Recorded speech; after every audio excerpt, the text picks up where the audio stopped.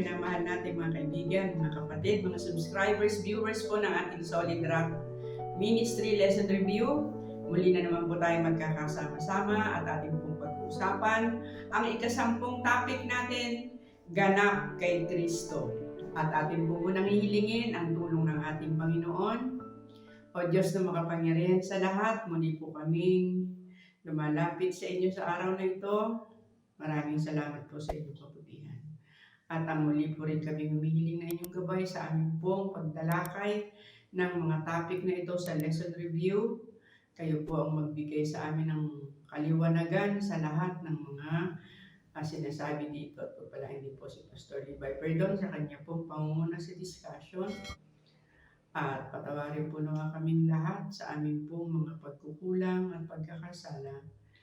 At ang guidance po ng Holy Spirit ang sana po'y patuloy namin maranasan sa pangalan po ng aming Panginoong Yesus. Colossus 2:16, kaya't ang sino man ay huwag humatol sa inyo tungkol sa pagkain at inumin o tungkol sa kapistahan o bagong buwan o mga araw ng Sabat, na ang mga ito ay isang anino ng mga bagay na darating, ngunit ang katawan ay kay Kristo. May nagtanong na ba sa iyo bakit ipinapangilin mo pa ang Sabat? At marahil isa itong talatang sa uluhin natin na ginamit upang sabihin sa iyo na di na kailangang mangilin ng Sabat. Subalit makikita natin na ang talatang ito ay walang kinalaman sa ikaapat na utos. Una, ang pinag-uusapan dito ay mga filosofiya at tradisyon ng tao sa Colossus 2:8. Kabilang din dito ang pagtutuli, mga kapistahan ng mga Hudyo, mga ritual ng paglilinis, mga pagsamba sa mga anghel. At sa huli, ito ay batay sa tradisyon ng mga tao at hindi ayon sa salita ng Diyos. Marahil ay kasama na ang aral ng mga ascetic kung saan itinuturo nila na all matters are evil. Ang mga tagapagturong ito ay mabubuting tao at mga sinsiro, subalit naliligaw ng landas. Hindi nila nauunawang mabuti ang aral tungkol sa Ebanghelyo. Titingnan natin ito kung bakit. Narito po ang mga katanungan na ating pong pag-uusapan sa araw na ito. Number 1, ano ang layunin ng sulat ni Pablo sa mga taga-Colosas? Ano ang ibinababala ni Pablo sa mga mananampalataya sa Colosas? Number 3, ano ang turo ng tao na hindi ayon sa turo ni Kristo at di ayon sa katwiran ng Diyos? Number 4, ano ang ibig sabihin ni Pablo na sino man ay huwag humatol tungkol sa pagkain, pag-inom, kapistahan, bagong buwan o sa Sabat man? At panglima, kautusan ba talaga ng tao ang pagtutuli, mga kapistahan, Sabat?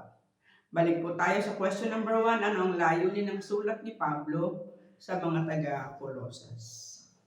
O sige po, tayo ay magpapatuloy na naman sa ating pong pag-aaral. Ating pong bubuksan ang ating banal na kasulatan sa Aklat ng Colosas, Kapitulo 2, talatang 1 hanggang 7. Ano po ba ang sinasabi rito? Sapagkat ibig ko na inyong maalaman kung gaano kalaki ang aking pagpipilit dahil sa inyo at sa sa Laodicea at sa lahat na hindi nakakakita ng mukha ko sa laman, upang mga aliw ang kanilang mga puso sa kanilang pagkakalakip sa pag-ibig at sa lahat ng mga kayamanan ng lubos na katiwasayan ng pagkaunawa upang makilala nilang hiwaga ng Diyos sa makatuwid bagay si Kristo, na siyang kinatataguan ng lahat ng mga kayamanan ng karunungan at ng kaalaman.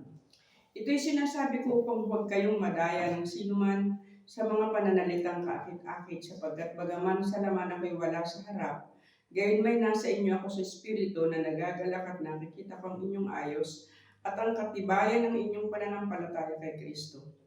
Kung paano nga sa inyong tinanggap si Kristo Jesus na Panginoon, ay magsilakad kayong gayon sa Kanya, na uugat at nangatatayo sa Kanya at matibay sa inyong pananampalataya gaya ng pagkaturo sa inyo na sumasagana sa pasasalamat. So dito po ay idinidi ni Pablo ang kahalagahan ng pananatili kay Kristo at upang papagtibayin ang kanilang pagkakaisa. Napakahalaga po na unawain, alamin na tanging sa Panginoon lamang ang ating kaligtasan. Marami po kasi ang magtuturo ng kung ano-anong mga bagay na dapat mong gawin kung ibig mong maligtas. Datapot pakatatandaan po, ang ating kaligtasan ay sa pamamagitan ng biyaya ng Diyos kay Kristo Jesus, ibinigay sa atin sa pamamagitan ng ating Panginoong Jesucristo. At ang Panginoong Jesucristo ang siyang namamagitan para sa atin at patuloy na gumagawa para sa bawat isa sa atin. At kanya rin idinidiin ang kahalagahan ng paglago kay Kristo. At ito ay mangyayari lamang sa pamamagitan ng patuloy na pag-aaral ng salita ng Diyos, ang tinatawag nating Biblia. Sapagkat marami gagamit rin ang Biblia, datapwat kung ating nauunawang mabuti kung ano ang sinasabi ng Biblia, mananatili tayong matatag sa ating pananampalataya. Tayo'y mananatili sa ating pananampalataya sapagkat nauunawa natin yung totoong katotohanan ayon kay Kristo, hindi ayon sa mga tradisyon, hindi ayon sa mga kuro-kuro ng tao, hindi ayon sa kanilang mga interpretasyon. Kinakailangan po pag-aaralan nating mabuti ang banal na kasulatan. Ano nga po ba talaga ang sinasabi nito? Kagaya po ng pag-aaralan natin ngayon, ito ay patungkol sa kung ano talaga ang sinasabi ng kasulatan at ano yung mga bagay na ayon lamang sa tradisyon at filosofiya ng tao. So napakahalaga po, unawain natin ang pagkakaisa, pakikipagkaisa kay Kristo ang pinakamahalaga sa lahat. At ang pag-unawa ng ano talaga ang itinuturo ng kasulatan, ano ang tunay na itinuturo ng ating Panginoong Jesucristo para huwag mahulog na yung ating paniniwala ay ayon sa salit-saling sabi ng tao. Okay, at ngayon po sa question number 2, ano ang ibinababala ni Pablo sa mga mananampalataya sa Colosas? Tingnan po natin dyan sa talatang 8 hanggang 10, ano ang sinasabi? Kayo'y magsipag-ingat, baka sa inyo'y may bumihag sa pamamagitan ng kanyang filosofiya at walang kabuluhang pagdaraya ayon sa salit-sabi ng mga tao, ayon sa mga pasimulang aral ng sanglibutan at di ayon kay Kristo. Sapagkat sa kanya'y nananahan ang buong kapuspusan ng pagka-Diyos ang kahayagan ayon sa laman, at sa kanya kayo'y napuspos na siyang Pangulo ng lahat na pamunuan at kapangyarihan. So dito nga po ay ang pinag-uusapan ay yung mga filosofiya ng tao na pumapasok sa loob ng iglesia. Iba-ibang mga filosofiya, mga tradisyon na kanilang kinagisnan na ipinipilit na ito ang tunay, subalit kinakailangan alamin natin ano ayon kay Kristo ang kahulugan ng mga bagay na ito. Hindi naalala po ba ninyo? Sinabi ng Panginoon, nabasa ikan ninyo na sinasabi, huwag kang mangangalunya. Datapot sinasabi ko sa inyo ngayon, mag-isip lang kayo ng hindi maganda, nagkasala na kayo ng pangangalunya. Sinabi ko huwag papatay, subalit sabihin ko sa inyo ngayon, magalit ka lang.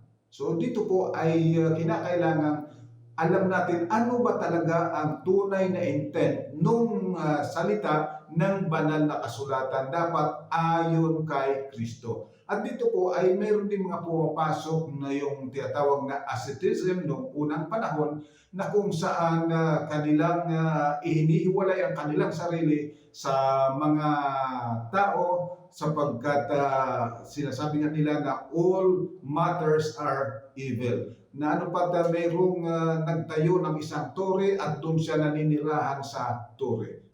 Sapagkat ayaw niyang madikitan ng sino paman. At yan po ay nag-uumpisa noong panahon ni Pablo. Kaya ang sinasabi ni Pablo, pakaiwasan ninyo ito. Kinakailangan uunawain ninyo na ang lahat ng sinasabi ng kasulatan, uunawain natin sa liwanag ng buhay ni Kristo, sa liwanag ng aral, turo't aral ng ating Panginoon, hindi sa mga tradisyon. Sapagkat ang mga Pariseo, ang mga eskriba, ang mga Saduceo, lahat sila ay humahawak ng kasulatan. datapwat binigyan nila ng kanilang sariling interpretasyon yung sinasabi ng Panginoon sa halip na alamin ano ba talaga ang sinasabi ng Panginoon patungkol dito. Marami po yan sa ating kapanahonan ngayon. Mayroong mga magtuturo patungkol sa pagluto sa araw ng Sabat, paliligo pag araw ng Sabat. Marami yan na ayon sa filosofiya ng tao, hindi ayon sa totoong turo ng Diyos.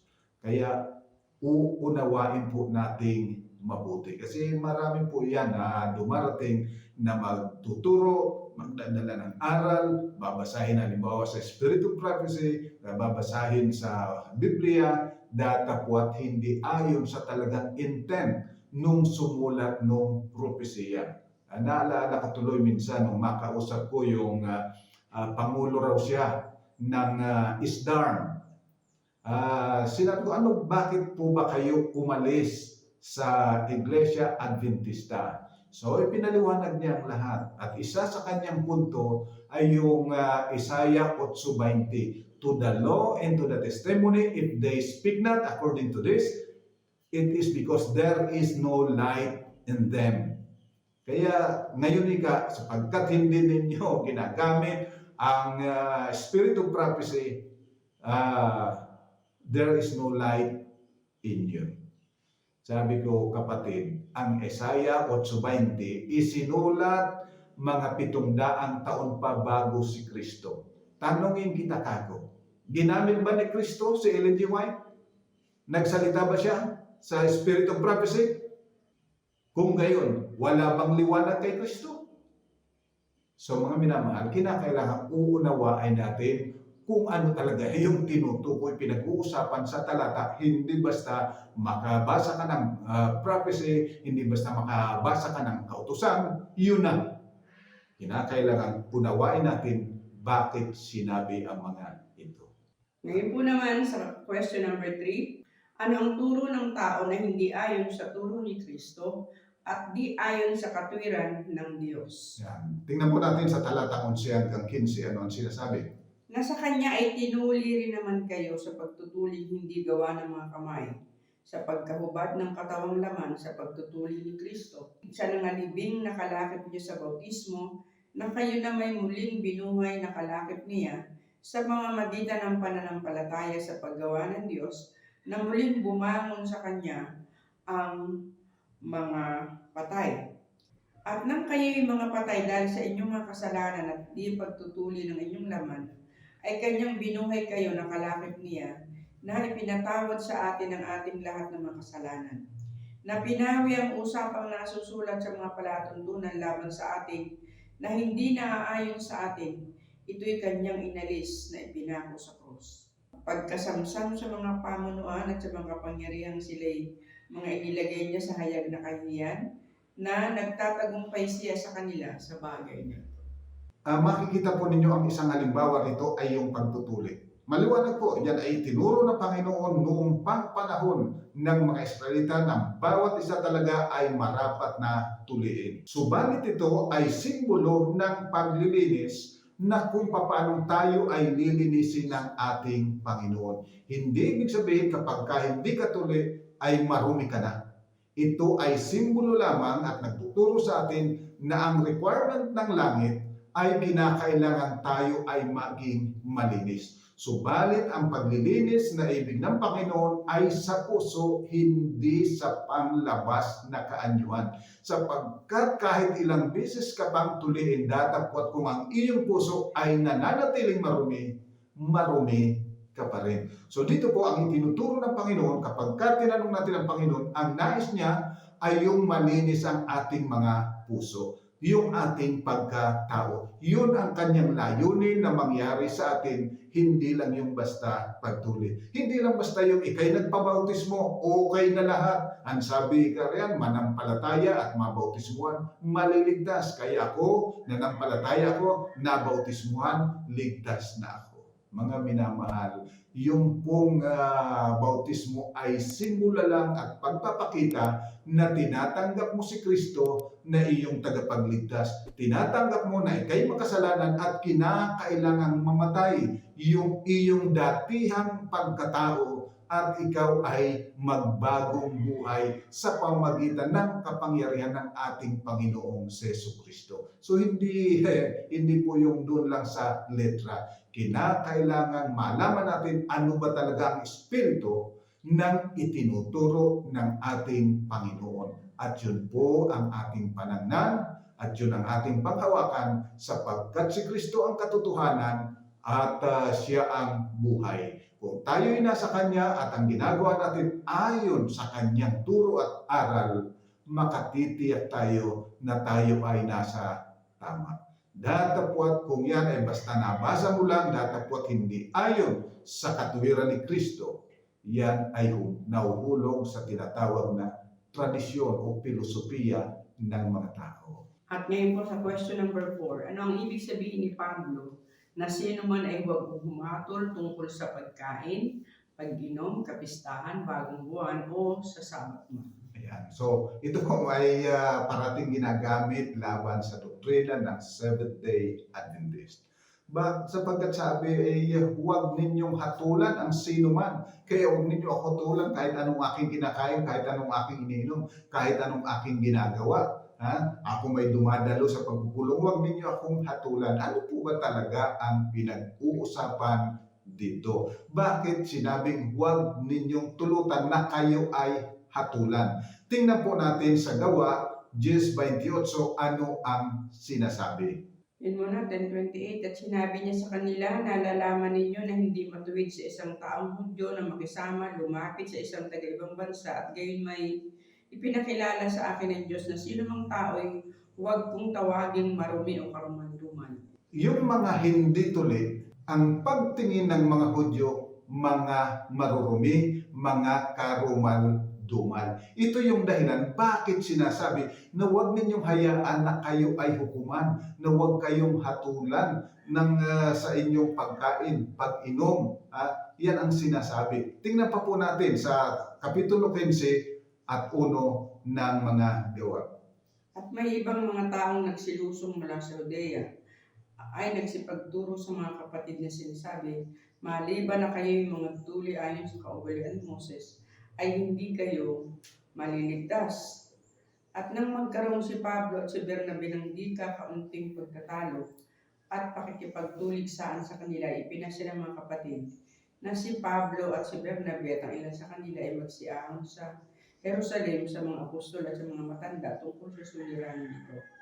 Sila nga palibhasa inihatid ng iglesia sa kanilang paglalakbay ay tinahak ang Pinisiya at Samaria na isinaysay sa pagbabalik loob ng mga hintil. At sila'y nakapagbigay ng malaking kagalakan sa lahat ng mga kapatid. At nang sila'y magsidating sa Jerusalem, ay tinanggap sila ng iglesia at ng mga apostol at mga matanda at isinaysay nila ang lahat ng mga bagay na ginawa ng Diyos sa pamamagitan nila. Datapwat nagsitindig ang ilan sa mga sekta ng mga Pariseyong nagsisampalataya na nagsasabi, kinakailangan sila'y tuliin at sa kanila'y ipagbiling ganapin ang kautusan ni Moses. Yan, ito po yung background noon. Ito ang parating problema noong panahon ni Pablo na ang issue parati ay yung tuli. Maaari bang sumama sa hindi tuli? Maaari bang makisalo ang hindi tuli sa mga tuli? Ito po yung problema noong panahon ni Pablo. Dahilan mayroong mga Hudyo na ito ay mga mabubuting tao, sila ay mga nag-aaral ng banal na kasulatan, datapwat na misinterpret nila yung sinasabi sa banal na kasulatan. Kaya hinuhukuman nila ang mga hindi tuli. Kaya siguro maganda balikan po natin yung sa Colosas 2:16-19, ano yung sinasabi ron? At uunawain natin dito sa background na ito na sinasabi karumaldumal, Yun ang kanilang paniniwala. Hindi marapat na makisalo sa mga taga-ibang bayan. Yan ang sinasabi. Kasi yung pong salitang hintil, yung ibig sabihin diyan, taga-ibang bayan. Yung po ang ibig sabihin ng salitang hintil. Hindi kami maaaring makisama, hindi tayo maaaring makisama sa mga hindi natin kababayan. Tingnan po natin yung naging problema sa Colosas 2:16 hanggang 19. Sino man nga ay huwag humatol sa inyo tungkol sa pagkain o sa pag-inom o tungkol sa kapistahan o bagong buwan o araw ng Sabat, na isang anino ng mga bagay na magsisidating ngunit ang katawan ay kay Kristo. Sino man ay huwag manakawan ng gantimpala sa inyo sa pamamagitan ng husang pagpapakababa at pagsamba sa mga anghel na nananatili sa mga bagay na kanyang nakita, na nagpapalalo ng walang kabuluhan sa pamamagitan ng kanyang akalang ukol sa laman. At hindi nangangapit sa ulo na sa kanya'y ang buong katawan na inaalalayan at nakalakip sa pamamagitan ng mga kasukasuan at mga lintid ay lumalago ng paglagong mula sa Diyos. Ayan. So kapag tayo po ay hindi nakaugnay kay Kristo at gumagawa tayo ng sarili nating katuwiran, ng ating sariling kaligtasan, diyan po pumapasok itong kamalian na sinasabi ni Pablo na yan ay mga tradisyon. Huwag kayong padaya. Kaya yung pong hinuhukuman sa pag-araw ng Sabat, hindi kayo maaaring pumunta rito, hindi kayo maaaring makisalo sa amin, doon lang kayo sa bandang labas. Alam po ninyo, ang templo noon, mayroon pong division. Yung pinaka-kabanal-banalang dako, high priest lang ang maaaring makapasok. Sa banal na dako, ang mga saserdote lamang ang maaaring makapasok. At doon sa sunod ron ay para sa mga lalaking Hudyo. Pagkatapos noon may division uli yon, doon naman yung mga babae. At pagkatapos sa labas, doon yung mga hintil. Ganun po ang arrangement nung unang panahon. Kaya ito ang inaalis ni Pablo, sinasabi niya na yung pagtutuli, yung mga division na yon ay mga tradisyon lang ng tao, hindi ganyan ang iniuutos ng ating Panginoon. Ang iniuutos ng Panginoon, kinakailangan tayong lahat ay maging malinis sa harapan ng Diyos sa pamamagitan ng unang pagpapatawad ng Panginoon at sa paggawa ng Banal na Espiritu na lilinisin ang ating mga puso. Sapagkat kung ano ang nasa puso, yan ang lalabas sa bibig. Kung ano ang nasa puso, yan ang ating gagawin. So tatandaan po, kinakailangan tayo'y magkaisa na ang ating katuwiran ay kay Kristo, hindi sa ating mga sarili. Sapagkat kapag nag-uumpisa tayo na tayo ay maging matuwid sa ating sarili, nahuhulog tayo ron sa katangian ng Laodicea. Nahuhulog tayo ron sa sinasabing nais mong alisin ang muta ng iyong kapatid samantalang mayroong troso sa iyong mga mata. Okay po, at sa last question natin, number 5. Kautusan ba talaga ng tao ang pagtutuli, mga kapistahan o Sabat? Yan, titingnan po natin sa talatang 20 hanggang 23. Kung kayo'y nangamatay nakalakip ni Kristo mula sa mga pasimulang aral ng sanglibutan, bakit nawaring kayo'y nangabubuhay pa sa sanglibutan? Kayo'y nangapasasakop sa mga palatuntunan, gaya ng huwag dumampot, ni huwag lumasak, ni huwag humipo. Ang lahat ng mga bagay na ito ay mga sisira sa paggamit ayon sa mga utos at mga aral ng mga tao. Ang mga bagay na iyay katotohanang mayroong anyo sa karunungan, sa pagsambang pusa, at sa pagpapakababa at pagpapakahirap sa katawan. Ngunit walang anumang kabuluhan laban sa ikalalayaw ng laman. Yan. So, yung pong mga misquotation ng kasulatan, yun ang turo ng tao at hindi sa Diyos, hindi kay Kristo. Sapagkat malimit po talagang litra por litra tayo kung sumunod, hindi natin inuunawa yung pinaka-espiritu. Kagaya nga ng sinabi ng Panginoon na basaikan ninyo na kasuklaman ninyo ang inyong mga kaaway. Datapwat ngayon sinasabi ko sa inyo, ibigin ninyo ang nagsisiusig sa inyo. So, ang tinutukoy ng Panginoon ay mas malalim kaysa ron sa ating nababasa. Kaya unawain po natin, paano ba ito ginawa ng ating Panginoong Jesucristo? Ano ang kanyang mga pamumuhay? Ano yung kanyang turo? Ano ang tunay na espiritu ng kautusan ito? Sapagkat ang wika nga, ang letra pumapatay. Datapwat ang espiritu ang siyang nagbibigay buhay. Kaya dito po nagkaroon ng konflikto ang ating Panginoon at ang mga Parisiyo, samantalang yung mga Parisiyo sila talaga yung nangahawak sa kasulatan na talaga ito'y kanilang isa sa kabuhayan.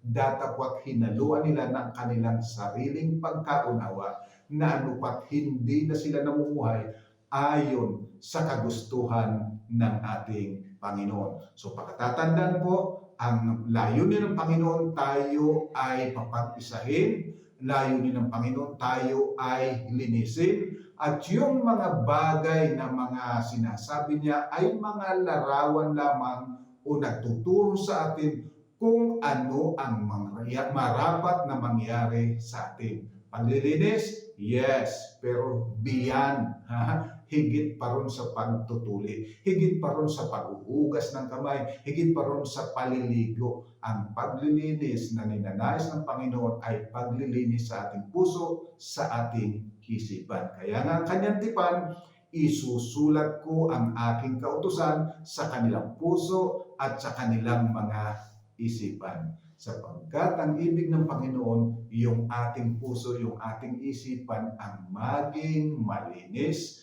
hindi lang yung ating damit. Bagamat inuutos ng Panginoon na maglalaba kayo ng damit, pero hindi yung nang talagang pinakapunto ng Panginoon. Kinakailangan tayo ay maging dalisay, maging malinis, at malilinis lamang tayo sa pamagitan ng dugo ni Kristo at sa pamagitan ng kapangyarihan ng banal na Espiritu. Okay, at dito po natatapos ang ating talakayan sa araw na ito.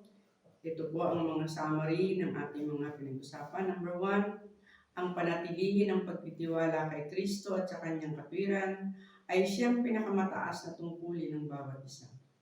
Number 2, marami ang turo ng tao na tila matuwid. Subalit ang wakas ay kapahamakan, kaya't mahalaga na tayo ay manghawak sa aral ni Kristo. Number 3, ang paniniwala na ang tao ay maliligtas sa pamamagitan ng pagsunod sa mga palatuntunan ay siyang kaaway ng krus ni Kristo. Number 4, sa Diyos ang bawat mananampalataya ay malilinis na at karapat-dapat na tanggapin sa mga pagtitipon. Number 5, ang pagsunod sa letra ng kautusan na hiwalay sa Espiritu ay pawang salit-saling sabi lamang.